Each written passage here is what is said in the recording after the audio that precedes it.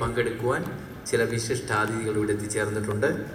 അതായത് നമ്മുടെ നാട്ടിൽ നിന്ന് ഒരു പറ്റം അമ്മച്ചിമാരാണ് ഇവിടെ എത്തിയിരിക്കുന്നത്. അവരെ ഞാൻ ഈ വേദിയിലേക്ക് വളരെ ഹാർദവമായി സ്വാഗതം ചെയ്തു.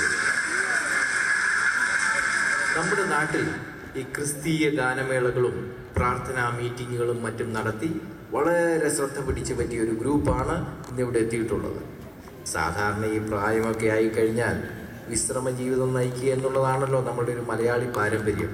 എന്നാൽ അതൊക്കെ മാറ്റിവെച്ച് ഈ ഒരു പറ്റം അമ്മച്ചിമാർ അവരുടെ പെർഫോമൻസിനായിട്ട് എത്തിയിരിക്കുകയാണ്. അവരെ ഞാൻ ഒരിക്കൽ കൂടി ഹാർദവമായി സ്വാഗതം ചെയ്യും.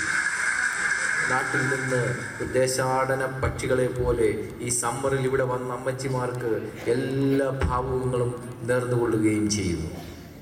ദേശാടന പക്ഷികളെ പോലെ വരാൻ ഞങ്ങളെന്നാ കനേഡിയൻ ഗീസാണോടാ? അല്ല, അത് ഞാനൊന്ന് ആലങ്കാരികമായിട്ട് പറഞ്ഞതേ ഉള്ളൂ.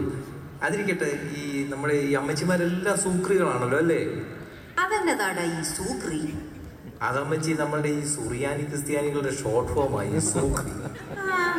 അപ്പൊ നീ മാർക്കത്തുള്ള ക്രിസ്ത്യാനികളെ മാഗ്രിന്നും പിക്കറിങ്ങുള്ള ക്രിസ്ത്യാനികളെ പീക്രിന്നാണോ വിളിക്കുന്നത്? ഒരു സൂക്രി വന്നിരിക്കുന്നു. അതല്ല അമ്മച്ചി, ദേ ആ അമ്മച്ചിയൊക്കെ കണ്ടില്ലേ കോട്ടൊക്കെ ഇട്ടുകൊണ്ട് വന്നിരിക്കുന്നത്, അതുകൊണ്ട് ചോദിച്ചതാ. എടാ കൊച്ചനെ, അവര് നാട്ടിൽ പണ്ട് ജഡ്ജിയായിരുന്നു, അതുകൊണ്ടാ ഇപ്പോഴും കോട്ടിട്ടുകൊണ്ട് നടക്കുന്നത്. ആന മെലിഞ്ഞാലും തൊഴുത്തി കെട്ടാൻ പറ്റിയാൽ നല്ലേടാ പഴഞ്ചൊല്ല്. അല്പനത്തെ രാത്രിക്ക് കൊട പിടിക്കുമല്ലോ ഒരു പഴഞ്ചൊല്ലൊക്കെ ഉണ്ട്. ഏതായാലും നമുക്ക് പ്രാർത്ഥിച്ചിട്ട് പ്രോഗ്രാം കൊണ്ട് തുടങ്ങാം. ആദ്യം നമ്മുടെ ജഡ്ജി അമ്മച്ചി ഒന്ന് പ്രാർത്ഥിച്ചാട്ടെ. യുവർ ഓണർ, ഞങ്ങളുടെ പെറ്റീഷൻസ് എല്ലാം നിന്റെ മുൻപിൽ വയ്ക്കുന്നു. ഞങ്ങളുടെ ഹർജികളെല്ലാം നീ പരിഗണിക്കണമേ.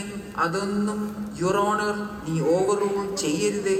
ഞങ്ങളുടെ സിവിലും ക്രിമിനലുമായ എല്ലാ കുറ്റങ്ങളും നീ ക്ഷമിക്കണമേ. കുരിശിൽ വെച്ച് നീ കള്ളനെ കൈക്കൊണ്ടതുപോലെ IPC സെക്ഷൻ 144, 138B കൊല, കളവ്, മോഷണം എന്നീ വകുപ്പ് പ്രകാരം വധശിക്ഷ ലഭിക്കേണ്ട കള്ളനെ നീ രക്ഷിച്ചല്ലോ.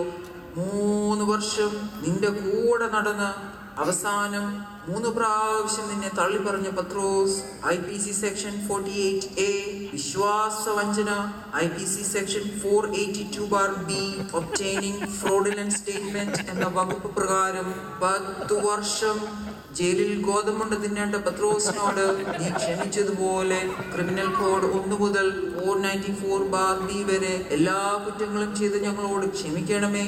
Don't object and don't overrule our petition, Your Honor and my Lord. Amen.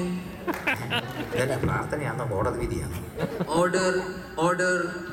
അതൊക്കെ പോട്ടെ. അമ്മച്ചിമാരി പ്രാവശ്യം കാനഡയിൽ വരാൻ കാര്യമില്ല. എടാ, ഇപ്പൊ ഇവിടെ ചൂടുകാലമല്ലേ?